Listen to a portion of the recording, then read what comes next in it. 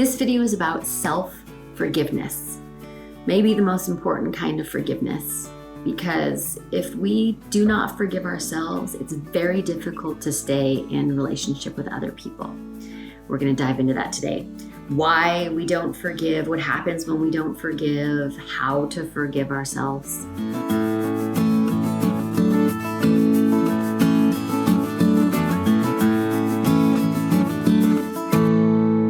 I'm Stacy Rocklein, and it's my mission to eradicate loneliness. And forgiveness is the great connector between people, but self-forgiveness is part of that too. And in order to stay connected, we have to be able to do it. We have to engage in it. When we don't, here are some of the things that happen. So let's say you've done something just terrible, like you think it's just the most awful thing in the world. That is a hard thing to feel. So inside your brain, you will come up with different ways to avoid that feeling. And those different strategies you use are the things that disconnect you from yourself and disconnect you from other people. So you might rationalize or downplay it or revise what happened and say like, it wasn't so bad. It's not as bad as I remember that. Or the other person probably didn't even feel that hurt about it. It's probably making a big deal out of it. Or you start to kind of change some of the parts of the story because you're trying to lighten that load for yourself. You don't want to feel that very painful thing. Or maybe you will use an addictive behavior to distract from it or numb from it. You'll use shopping or screen time or food or alcohol or whatever, because it doesn't feel good. You feel really bad about yourself. And so then to avoid those feelings, you'll put in these numbing behaviors. Maybe you will use internal shaming, where you're like, you are such a horrible person that you shouldn't be in a relationship with anybody. And then you'll keep your distance from people. Or you're such a horrible person. Look at what you did. You can't trust yourself. And so you'll keep other people out. And now you've disconnected yourself from other people. So all these ways we're trying to avoid this painful thing that we've done. In the process of doing that, avoiding it, we are disconnecting ourselves. So we want to engage in forgiveness because that allows us to be back in connection with other people. And so let's talk about first a reframe that I find really helpful. I work with a therapist who uses internal family systems. And so this was developed by a guy named Dick Schwartz. And if you want to understand it better, I'm just going to give you kind of my version of it. So you should Google that if you're interested in it. But you think about your internal world, your internal landscape like this. There's me, Stacy, my true self, the person I am consistently all the time, the person I was born as.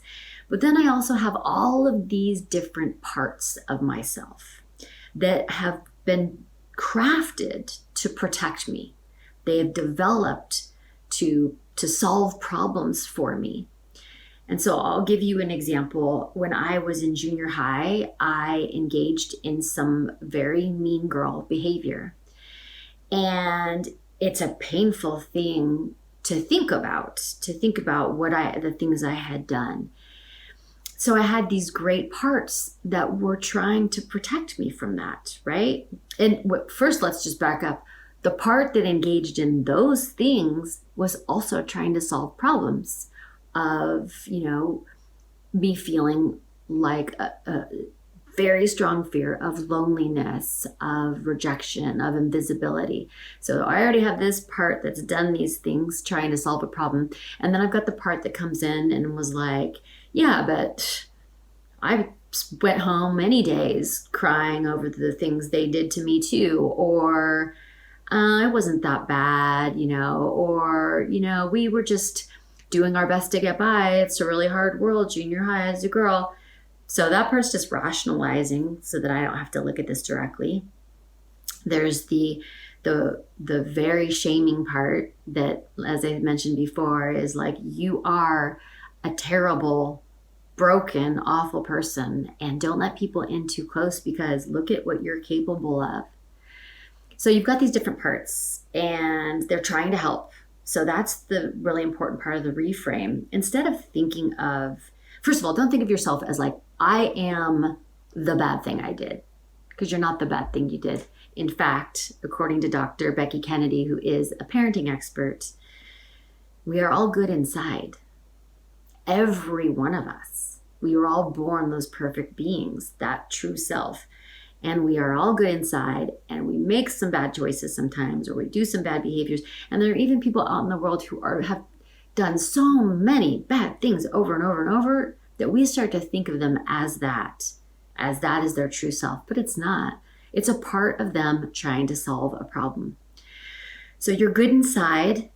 That's something to remember. It makes it easier to do self-forgiveness. And you've got these amazing parts of you that were trying to solve a problem for you and have been trying to solve a problem for you. And so there's no reason to react in a judging way, in a pushing away way. These are things we can accept about ourselves. And they were trying to help. Now you've got to actually figure out how you're going to do the forgiveness. And I have a couple of pieces of advice for that. One is that you, if you're still in contact with the person that you think you hurt, or might even be you hurt yourself, I recommend an apology. Apologies, we don't do them very often, or we do them poorly, and it's because we're feeling so bad about ourselves. We have such a deep fear of being wrong, failing, making a mistake, hurting someone else, that we think if we don't acknowledge it, then it's going to go away, but it doesn't. The liberation is in saying out loud the thing that you did, and saying out loud the acknowledgement to the person that you hurt, and admitting that you hurt them. That is what truly liberates you from what happened. So I highly recommend an apology if that's appropriate. You may not be in contact with the person, and it's not necessarily your place to reach out and bring up some negative experiences. But if this is someone you're in current interactive relationship with, apologize and do it really well.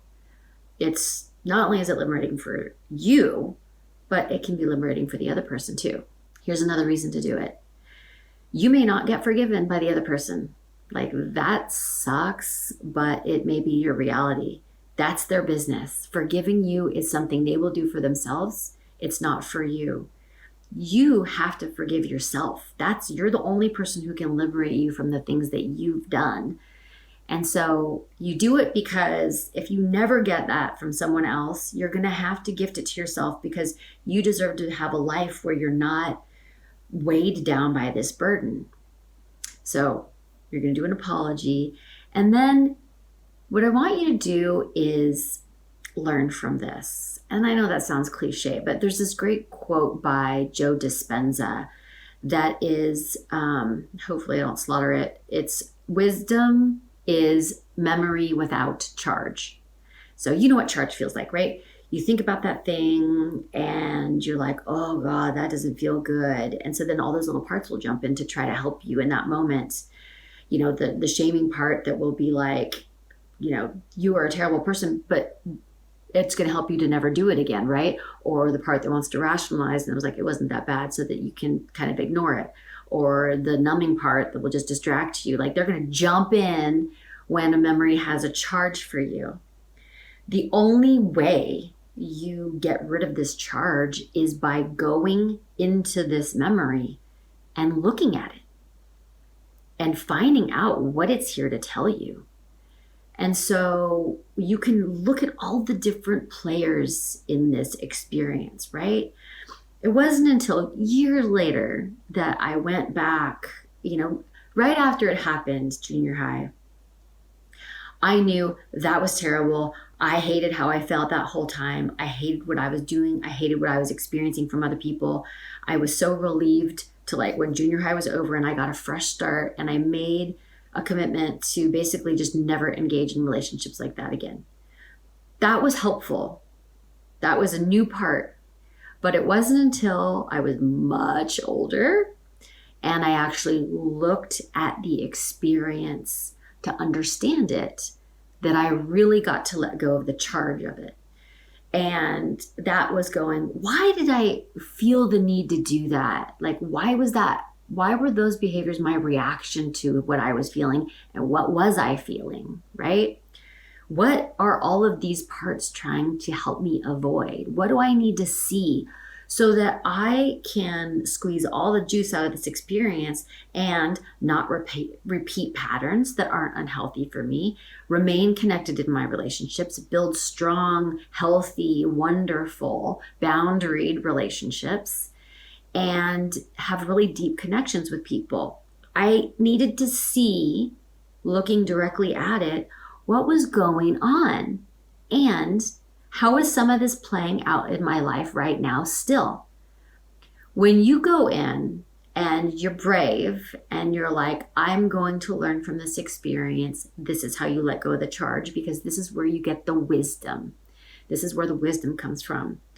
And when you start to see what you need, why you do the things that you do, you can make different choices.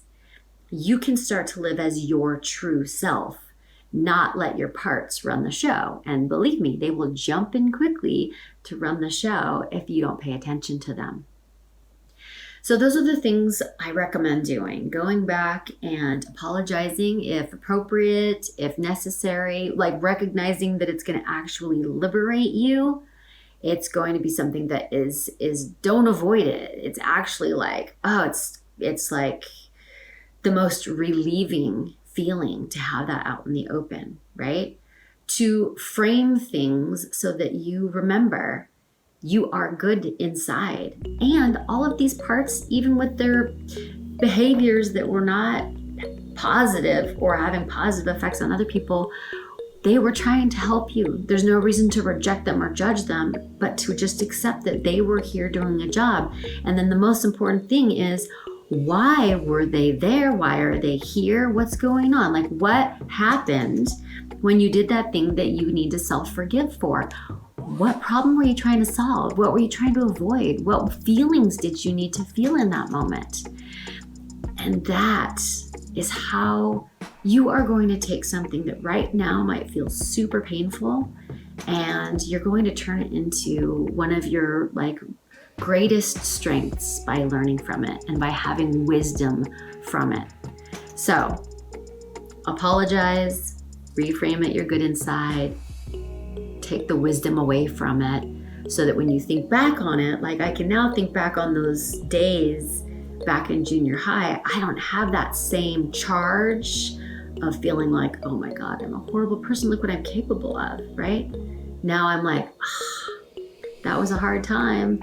And I was solving it one way, and that's not a way that I want to solve my problems anymore, because I want to be deeply connected and compassionate and loving and generous in my relationships. If you know somebody who is carrying a heavy burden because of something that they've done, and you can see it in the strategies they're using to avoid it, and you know that that's in conflict with what they really want, which is what we all want, which is to stay connected, please share this video with them. Maybe there will be something in here that they can take away with to start this process of self-forgiveness. And if you enjoy these videos, make sure that you subscribe to this channel. Okay, I'll see you next time.